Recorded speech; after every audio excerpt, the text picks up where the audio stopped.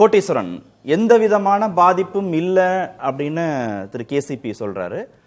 ஆனா திரு எடப்பாடி பழனிசாமியை தோற்கடிக்கக்கூடிய வல்லமை யாருக்கு இருக்கோ அவங்களுக்கு தென் மாவட்டத்து முக்குளத்தூர் சமூக மக்கள் வாக்களிக்க வாய்ப்பு இருக்கு அப்படின்னு பிரியன் சார் சொல்றாரு. எதுக்கான சாத்தியக்கூறுகள் அதிகம் இருக்கு?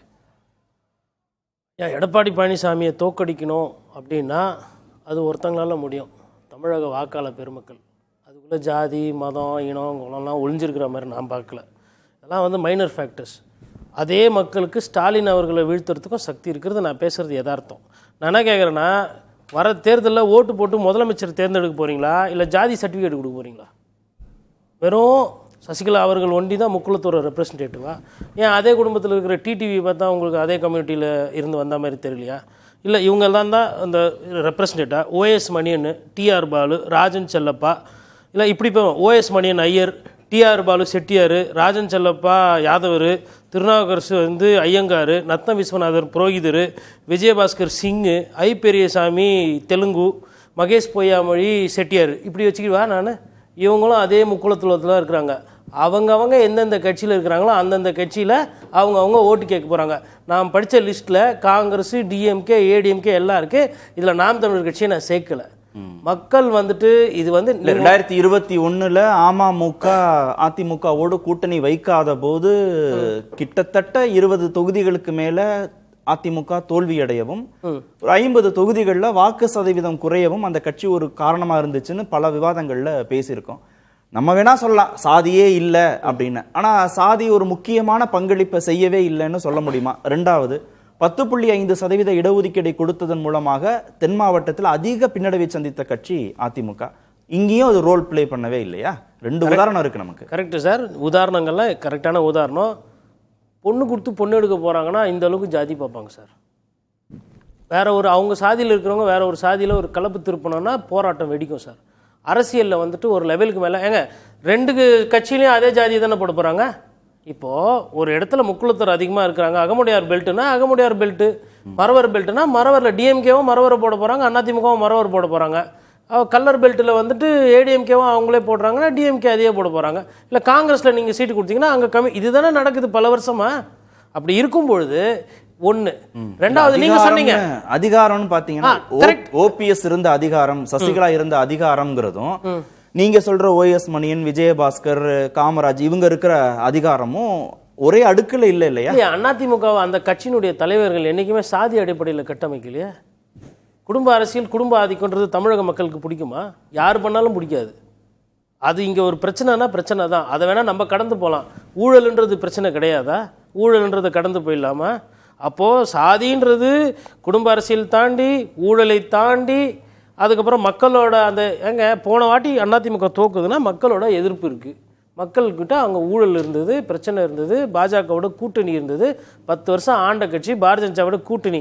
இதெல்லாம் தான் பெரிய காரணம் அவங்க தோத்ததுக்கு. அதை நான் அப்படி தான் பார்க்குறேன். நான் சொன்ன 2 காரணம் கரெக்ட். நீங்கள் சொன்னது அந்த 20 தொகுதியில் அமமுக கூட்டணி. கரெக்ட். நான் என்ன கேட்குறேன், 10.5% இடஒதுக்கீடு. சென்னையில் அம்மா மக்கள் முன்னேற்ற கழகத்தை தூக்கி பிடித்தவர் வெற்றிவேல்.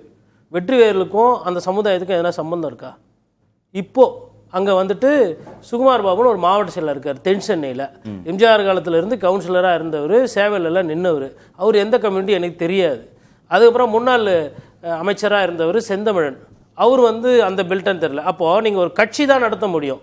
நீங்கள் ஜாதி ரீதியாக நடத்துறீங்க அப்படின்னா பொண்ணு பார்க்குறது, பொண்ணு கொடுக்குறது, அதுக்கப்புறம் அந்த சமுதாயத்தை பார்த்து கடன் கொடுக்கறது, சமுதாயத்தில் 2 பேர் குடுக்கல் வாங்கல் பிரச்சனை இருக்குன்னா கூப்பிட்டு இந்த உறவு முறை பிரகாரம் நீங்கள் இதை பஞ்சாயத்து பண்ணி இதெல்லாம் பண்ணுறது தான் ஜாதி ரீதியாக பண்ண முடியும். கட்சின்றது ஒரு லெவலுக்கு மேலே நீங்கள் ஜாதியை வச்சு ஜாதின்னு பண்ணிங்கன்னா அது ஒரு சின்ன வட்டத்துக்குள்ளே தான் இருக்கும். அமமுக வெறும் ஒரு ஜாதிய கட்சியாக நான் பார்க்கல. ஜாதியோட பின்புலம் அதிகமாக ஒரு அடிப்படையான கேள்விதான் திரு கோட்டீஸ்வரன். ஏன் வலிந்து திரு தினகரன் அதிமுக பாஜக கூட்டணிக்குள் கொண்டு வரப்பட்டார்? அவர் உண்மையிலேயே வாக்கு சதவீதம் அதிகமாக வச்சிருக்கிற கட்சிங்கிறதுனாலயா, இல்லை திரு தினகரன் செல்வாக்கு மிக்க தலைவருங்கிறதுனாலயா, இல்லை அவரை கொண்டு வந்தால் 21 மாதிரியான ஒரு பாதிப்பு ஏற்படுத்தாம தென் மாவட்டத்தில் டெல்டா பகுதியில் ஒரு குறைந்தபட்ச சமூக வாக்குகளை உள்ள கொண்டு வந்துட முடியுன்ற கணக்கின் அடிப்படையில் ஏன் தினகரன் இவ்வளவு தூரம் முரண்பாடாக பேசிய ஒருவரை முதலமைச்சர் வேட்பாளராக ஏற்றுக்கொள்ளவே மாட்டோம்னு சொன்ன ஒருவரை கூட்டணிக்குள்ள கொண்டு வரும்? நீங்க சொல்ற எந்த கணக்கும் அதில் இல்லைன்னா ஏன் தினகரன் உள்ள? நீங்க சொல்ற 3மே யதார்த்தம் தான். சமுதாய வாக்கு பின்புலம் அவருக்கு இருக்குன்னா இருக்குது. அவர் ஒரு பொலிட்டீஷியனு, அவர் வந்து அதிமுகவில் 20 சட்டமன்ற தொகுதி அவரால் போச்சுன்னா உண்மை. அப்போ பிரிஞ்சு இருந்தால் யாருக்குமே வெற்றி கிடைக்காம ரெண்டுமே வேஸ்ட்டாக போன்ற அந்த அடிப்படையில் அவங்களே ஒன்றா சேர்ந்தாங்க. அவங்களே ஓபிஎஸ்க்கும் சசிகலாவுக்கும் பொருந்தாத அந்த வாதம் பிரிஞ்சிருக்காங்க, ஒன்று சேரணும். Correct sir. இதில் ரொம்ப முக்கியமானது டைம் இஸ் கோல்டுன்னு வாங்க. அரசியலில் வந்து காலம் வந்து கண்ணு மாதிரி, கடமை வந்து கண் இமை மாதிரின்னுலாம் சொல்லுவாங்க. டைமை சுத்தமாக விட்டுட்டான். இதே 2021 சசிகலா இருங்க சார், இதே 2000 இழக்கிறதுக்கு சசிகலாவுக்கு ஒண்ணுமே இல்ல. இப்ப அடையறதுக்கு என்ன இருக்கு? மவுண்ட் எவரெஸ்ட் இருக்கா? யாருக்கு அடையணும்னு அதிக ஆசை இருக்கு சார்? நீங்க சசிகலாவுக்கா எடப்பாடி பழனிசாமிக்கா? அதாவதுங்க, ஓபிஎஸ் ஐயாவோ முதல்வர் வேட்பாளர் இல்ல, சசிகலா அவர்கள் முதல்வர் வேட்பாளரா இல்ல அவங்களே அவங்கள முதலமைச்சரா வச்சுக்கலாம். அவங்களோட பாலிடிக்ஸ் இப்ப என்னன்னா இபிஎஸ் காலி பண்ணும். அவங்க ஆக முடியாது. அவங்க ஆக முடியாது. ஓகேங்களா? இது யதார்த்தம். இந்த யதார்த்தத்துக்கு தேர்தல் நேரத்தில் கடைசியில் கட்சி தொடங்கி இப்போ கூட பார்த்தீங்கன்னா பண்ருட்டியார் கட்சி தொடங்கி இருக்கிறார். அது வந்து அதாவது என்னன்னா, கட்சி பேர் தெரியல, ஒரு என்னன்றது தெரியல, ஆனால் நோக்கம் என்ன? இப்போ இவர் கூட தான் சார் உட்காந்துருக்கார், கேசிபி சார், எடப்பாடி பழனிசாமியில் பாதிக்கப்பட்டவர். இவர் என்னைக்குன்னா வந்து நான் திமுகவுக்கு போகிறேன், அறிவாலயம் போகிறேன் பேசிகிட்டு இருக்காரு. நல்லதோ கெட்டதோ நாசமாக போகிறேன், நல்லா இருக்கிறேன், நான் ரெட்டலை, அவ்வளோதான். அதுவும் ஒரு நிலைப்பாடு. அப்போது இவர் போனாங்கன்னா எல்லாருமே அப்படியே போயிடுவாங்களா?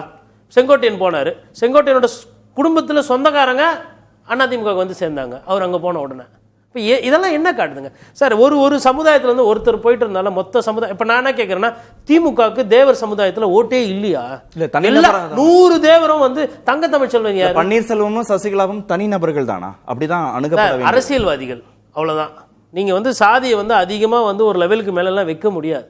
அது நீங்கள் வச்சிங்கன்னா அதனுடைய சார் மொத்தமாக எவ்வளோ சார் அவங்களுக்கு வாக்குகள் மொத்த தேவர் சமுதாய மக்களுக்கு? ஓபிஎஸ் எவ்வளோ வாங்க? நீங்கள் ஏன் சார் அவங்கள வந்து ஜாதியிலேயே சுருக்கிறீங்க? நாடாளுமன்ற தேர்தலில் சுயேட்சை சின்னத்தில் பலாப்பழ சின்னத்தில் போட்டியிட்ட திரு பன்னீர்செல்வம் எவ்வளவு வாக்குகள் வாங்கினாரு? எவ்வளவு வாக்குகள் வாங்கினாருன்னா, நான் என்ன பார்க்குறேன்னா, ஒரு அரசியல்வாதி, அவர் 2-3 முறை முதல்வராக இருந்தவர், நிறைய வாட்டி அமைச்சராக இருந்தவர், அதுக்கப்புறம் ஃபினான்ஸ் மினிஸ்டராக இருந்தவர் வாங்கியிருக்காரு.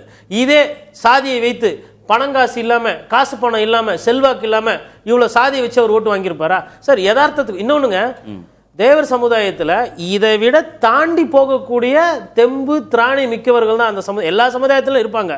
அப்படி பார்க்கும்போது அந்த சாதி அடைப்புக்குள்ளே ரொம்ப நாளாக வந்து அந்த கம்யூனிட்டியை போட்டு சுருக்கிறோம். அதாவதுங்க, அவங்க சாதின்றதை தாண்டி வேற சில விஷயங்கள் பண்ணியிருக்காங்க. இப்போ நான் படித்தவங்கெல்லாம் ஆளுமைகள் இல்லையா? இப்போ திண்டுக்கல் ஸ்ரீனிவாசனும் அது கம்யூனிட்டியிலேருந்து தான் வர்றாரு. பெரியசாமி அவருக்கு யாருன்னா சாதி தெரியுமா? 75,000 ஓட்டில் ஜெயிக்கிறாரு சார். அதெல்லாம் உள்ளுக்குள்ளே இருக்கும் சார், அவங்க வீட்டுக்குள்ளே வச்சிருப்பாங்க. அதை பொதுவெளியில் எடுத்துட்டு வந்து பண்றது கிடையாது. அப்படி சாதிங்கிற பதவி வந்து நீங்க சொன்னவங்களோட சார் 3 எடுத்துக்காட்டு சொல்றேன் சார். 3 எடுத்துக்காட்டு சொல்றாரு. எம்ஜிஆர் அவர்கள் பெரிய சாதியிலிருந்து வரல, ஐயா கலைஞர் அவர்கள் பெரிய சாதியிலிருந்து வரல, ஐயா அப்துல் கலாம் பெரிய சாதியிலிருந்து வரல, அம்மையார் ஜெயலலிதா பெரிய சாதியில வரல. சாதியை தாண்டி அந்த தலைமை பண்பு எங்க இருக்கு, சாதியை தாண்டி எங்க வலிமை வீரியம் இருக்கோ அங்க வந்து எல்லாரும் சேர்ந்துருவாங்க. பிரியன் சார், நீங்க சொல்லுங்க. ஜாதின்றது காஸ்ட் நியூட்ரல் சார். எம்ஜிஆரோ கலைஞரோ ஸ்டாலினோ எல்லாமே காஸ்ட் நியூட்ரல். அவங்க வந்து ஒரு சிறுபான்மை ஜாதியை சேர்ந்தவங்க இருந்தாலும் பெரும்பான்மையை அவங்க நம்பினாங்க. ஆனால் ஒரு பெரும்பான்மை ஜாதியை சேர்ந்த ஒருத்தர் வந்து தலைமை பொறுப்புக்கு வரும்போது இன்னொரு பெரும்பான்மை ஜாதி அவங்களுக்கு எதிராக கன்சால்டேட் ஆகிறது இயற்கையான ஒரு விஷயம். இங்கே அதிமுக என்னன்னா வெறும் ஜாதியை மட்டும் இங்கே பேசலை. எடப்பாடி என்கிற தனி மனிதர் எப்படி வந்து சசிகலாவையோ ஓபிஎஸ்ஸையோ தினகரனையோ அந்த கட்சியை விட்டு நீக்கினாரு, பாஜகவோட பேச்சு கேட்டு எப்படி நீக்கினார்? ஜாதின்ற இன்சிடென்டெல்லாம் அவங்க 3 பேரும் ஒரே ஜாதியாக போயிட்டாங்க. எடப்பாடி எப்படி தன்னோட மேலாதிக்கத்தை செலுத்தி இல்லை பாஜகவுக்கு பயந்தோ அவங்கள வெளில அனுப்பிச்சாருன்றது தான் எங்கள் பாயிண்ட். அவங்க 3 பேரும் ஒரே ஜாதியை சேர்ந்தவங்களாக இருக்கிறதுனால இப்போ ஜாதி வந்து முக்கியத்துவம் பெறதை நம்ம பார்க்குறோம். ஜாதி மட்டுமே ஒரே காரணம் இல்லை. இங்கே எடப்பாடியோடைய சர்வாதிகாரம், மேலாதிக்கம். அவர் எப்படிலாம் வந்து அவங்கள வந்து இது ஹராஸ் பண்ணாருன்னு அவங்க சொன்னாங்க. ஸோ அவர் ஏன் அதை ஹராஸ் பண்ணணும், என்ன காரணத்தில் ஹராஸ் பண்ணணும், அதுதான் இங்கே முக்கியமே தவிர ஜாதி முக்கியம் இல்லை. இன்சிடென்டலாக அந்த ஜாதி வந்து 3 பேரும் ஒரே ஜாதியாக போயிட்டாங்க. அதுதான் அங்கே பாயிண்ட். அவங்க தெற்க வந்து பெரிய ஜாதி, அவங்க தான் பிரதிநிதிகளா? அவங்க தான் வந்து அவங்க அந்த கட்சியில முக்கியமான அவங்க அந்த கட்சியில முக்கியமான பங்கு வகிச்சவங்க. ஓபிஎஸ் வந்து ஜெயலலிதாவால் அங்கீகரிக்கப்பட்டவர், நல்ல 3 தடவை சிஎம் இருந்திருக்காரு, சசிகலா கூடயே இருந்திருக்காங்க, தினகரன் அங்கே கூடயே இருந்திருக்காரு. இவங்கெல்லாம் அவங்கள பார்த்து சலாம் போட்டவங்க தான் எல்லாருமே, முக்காவாசி பேர் பெரும்பாலோர். அப்படி இருக்கும்போது அவங்கள வந்து பழிவாங்கும் போது அவங்க அந்த கன்சாலிடேட் ஆகிறாங்க, அந்த ஜாதி கன்சாலிடேட் ஆகிறாங்க. நானும் வந்து ஜாதி மட்டுமே முக்கியமான விஷயம் நான் சொல்ல வரல, ஏன்னா பல காரணிகள் இருக்கு ஒரு தேர்தல் வின் பண்ணுறதுக்கு. ஆனால் இங்க வந்து இன்சிடென்டலா அந்த விஷயங்கள் அமைஞ்சு போச்சு ஆக்சுவலா. இது வேற வழி கிடையாது, ஏன்னா 3 பேருமே பாதிக்கப்பட்டவங்களால இருக்கிறதுனால அது அமைஞ்சு போச்சு அப்படி ஆக்சுவலா டெக்னிக்கலா. ஆனா அப்படி யார் ஹராஸ் பண்ணாரோ அவர் இன்னொரு பெரிய ஜாதியை சேர்ந்தவரா இருக்கார், அவர் கட்சி தலைவரா இருக்கார். அதுதான் இங்க காரணம். கரெக்ட், 2 பெரும்பான்மை சாதி இடைன்னு நீங்க சொல்றீங்கல்ல. ஆனா நீங்க திரு எடப்பாடி பழனிசாமி டெல்டாலையோ தென் மாவட்டத்திலேயோ தன் சமூகத்தை சேர்ந்த ஒருத்தர் அங்க வேட்பாளரா போட போறது இல்ல. அவரும் சசிகலா சமூகத்தை சேர்ந்த போடுவார், பன்னீர்செல்வம் சமூகத்தை சேர்ந்த ஒரே அதே கல்லர் சமூகத்தை சார்ந்த 3 பேர் புசுலம்பட்டியில நிக்கலாம் சார். ஆனா அங்க போடுற கல்லர் என்ன பாப்பாருன்னா சசிகலா ஆதரவு பெற்ற வேட்பாளர், அவரதான் பன்னீர்செல்வம் ஆதரவு பெற்ற அப்படிதான் பாப்பாங்க. அமமுக இதே மாதிரி வேட்பாளர் போட்டப்ப ஏன் வெற்றி பெறல? சரி, எல்லாரும் முக்குளத்தோர் பெல்ட் தான், முக்குளத்தோர் பெல்ட்ல சரி நீங்க அமமுக கட்சியா தான் நான் பாக்குறேன் போட்டீங்க இல்லையா? பாட்டாளி மக்கள் கட்சிக்கு இப்ப வன்னியர் சமுதாயம் இருக்கு, ஆனால வேட்பாளர் போட்டா எல்லாரும் ஓட்டு போடுறது கிடையாது. அது லாஜிக், வெற்றி பெறலங்கிறது லாஜிக். வெற்றி பெற பாதிப்பை ஏற்படுத்தினார்ல, அதிமுகவுக்கு பாதிப்பை வெற்றி பெறதுக்கான வாய்ப்புகள் குறைவு. உங்களை சேதப்படுத்தலாம், உங்களை காலி பண்ணலாம். பாதிப்பு யார் வேணா ஏற்படுத்தலாம் சார், எல்லாரும் ஏற்படுத்துவாங்க. தினகரன் ஏற்படுத்தின பாதிப்பு அதிமுகன்றது இன்னைக்கு தேதியில ஆஸ் பர் ரெக்கார்ட்ஸ் பிரதான எதிர்க்கட்சியா இல்லையா? அத வந்து நீங்க வந்து ஒரு ஜாதி சங்கம் மாதிரி எடுத்துட்டு போய் பிரச்சனை பிரதான எதிர்க்கட்சியா இல்ல, ஆளுங்கட்சியா வருவதற்கு வாய்ப்பு இருக்கா இல்லையான்னு தான் இங்க பாயிண்ட். அதுலதான் சேதம்.